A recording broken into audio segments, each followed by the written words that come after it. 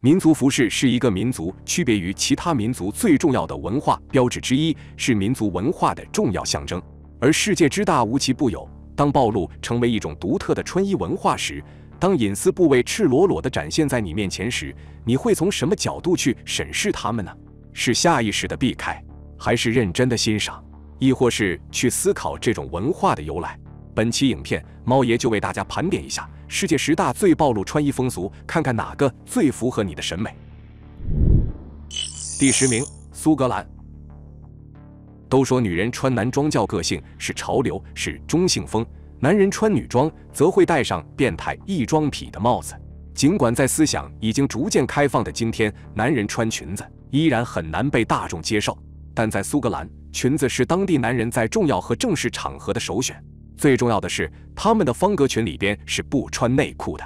据传，在300年前的苏格兰高地保卫战中，一名军官突然下令让士兵脱掉苏格兰短裙和内裤，只穿着衬衫向对方进攻。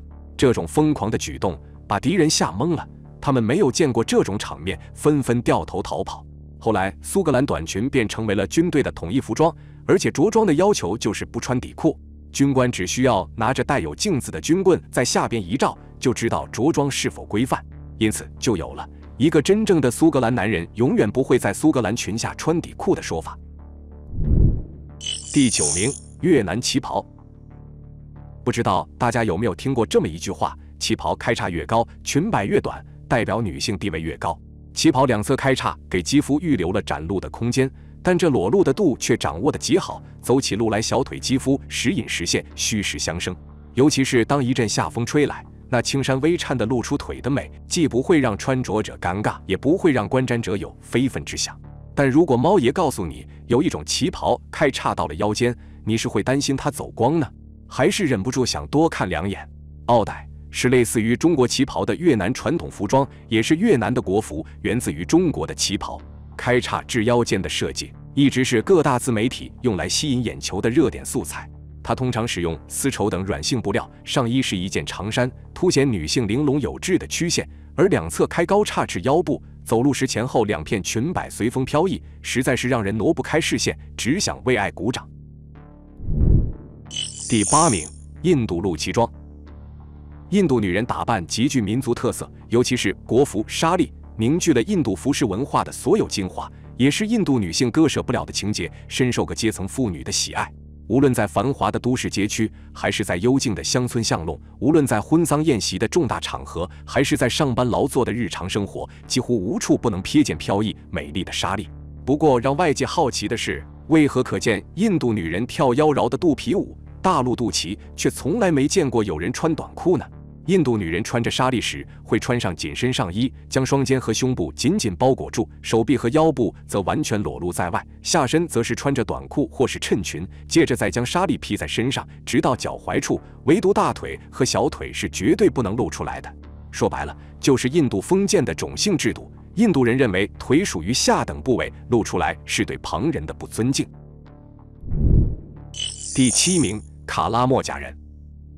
爱美讲究穿着是人之常情，然而在非洲有个例外。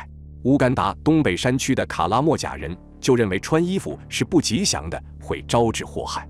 在往西殖民统治时期，卡拉莫贾被视为禁区，当地人也被看作野人，不准与内地人接触。由于长期与世隔绝，卡拉莫贾人便日益形成了自己独特的风俗。他们不管男女老少，皆不穿衣服。男人和小孩通常全身一丝不挂，妇女有时只在下身兜一块兽皮，穿裤子是绝对不被允许的。乌干达政府曾经试图改变这个奇葩的习俗，强制要求卡拉莫贾人穿衣服，但是遭到了激烈的反抗，最后以失败告终。个别穿上衣服的人也会引起公愤，身上的衣服会被撕得粉碎，然后在众目睽睽之下强迫你吞下衣服碎片，不然就会被驱逐。第6名，短裙苗族。苗族是一个有服饰文化博物馆之称的民族，而在众多服饰中，以苗家5寸超短裙最为独特，号称自己的裙子是世界第1短，因此也被称为短裙苗。早在上世纪70年代以前，短裙苗姑娘就开始穿着这种5寸长的百褶短裙了。起初仅仅是为了遮羞，内里并不再穿裤子，因此极有原始奔放的感觉。至于她们为什么实行穿短裙，无从考证，但肯定的是，与气候和劳动有关。还有一种说法，在短裙苗寨有这么一种习俗：农忙季节，女孩们为鼓励男人们多干活、快干活、干好活，她们往往会站在男人们干活的前方。男人们一旦弯腰干活，女孩子那若隐若现的春光就出现在男人们的视线中，使男人们的力量大增，干活的效率也更高，有种暗示或是激励的含义在里面。第5名，一车族。都说美不美看大腿，这句话在哈尼一车人的穿着服饰上得到了完美的体现。传统的哈尼族一车女子服饰为短衣短裤型，主体颜色为黑色和藏青色，上身贴身的内衣也被叫做雀帕。雀帕将女子的左胸包裹得严严实实，却留着右面半边酥胸，若隐若现展示出女子的曲线美。这袒露的半边胸，据说是特意留给情人的。当地有句话流传甚广：一车女人左胸属于丈夫，右胸则属于世界。梯田文化是一车族的标志，在梯田农作，大腿的强健是至关重要的。一个姑娘只有爱劳动、劳作力强，才会有健美的大腿线条，这是专属于一车姑娘的女性美。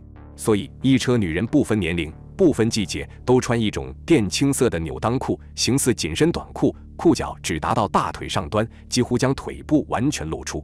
裤腰前后钉有4股细麻线绳，4股麻绳紧紧缠住腰部，当做裤带，同时也起到贞操带的作用。第4名，白裤摇。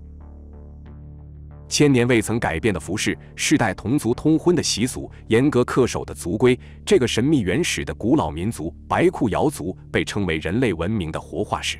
白裤瑶的服饰长期以来备受关注，上衣一前一后2块布随意地搭在肩上，而里面什么都不穿，侧揽女性双乳若隐若现，一旦弯腰干活便是全览无余，外界称此为2片瑶族。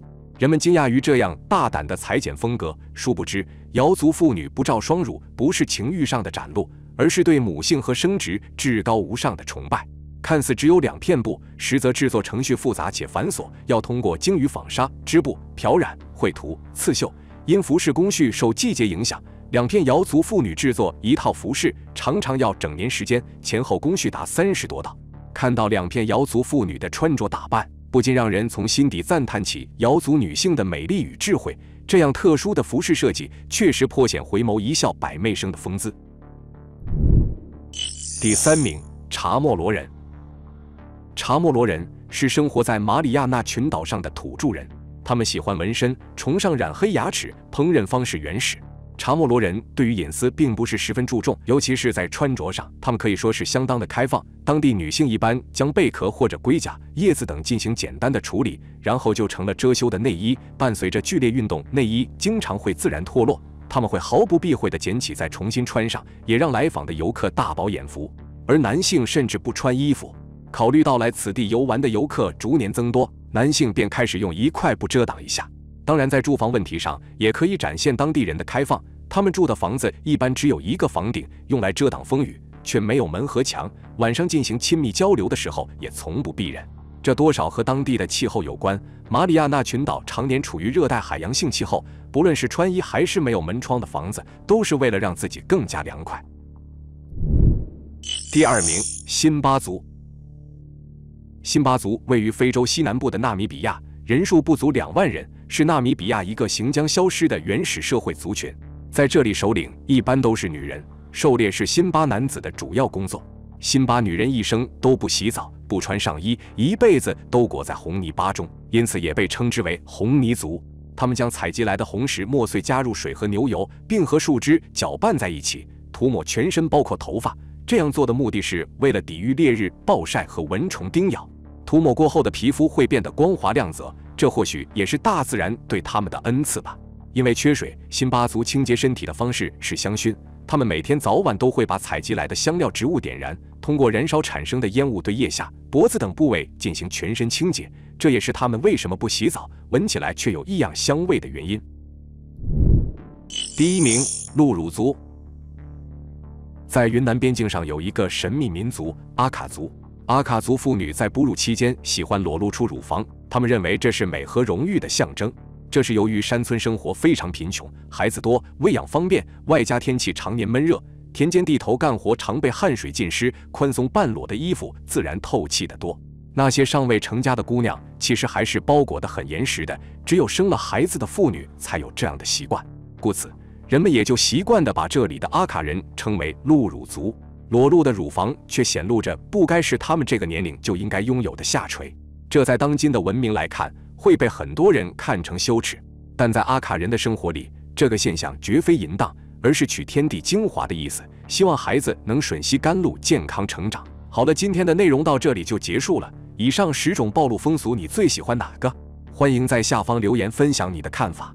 最后再求一波点赞和订阅。如果你喜欢我的影片，千万别忘了按下小铃铛，这样才不会错过接下来的精彩影片。我们下期节目不见不散。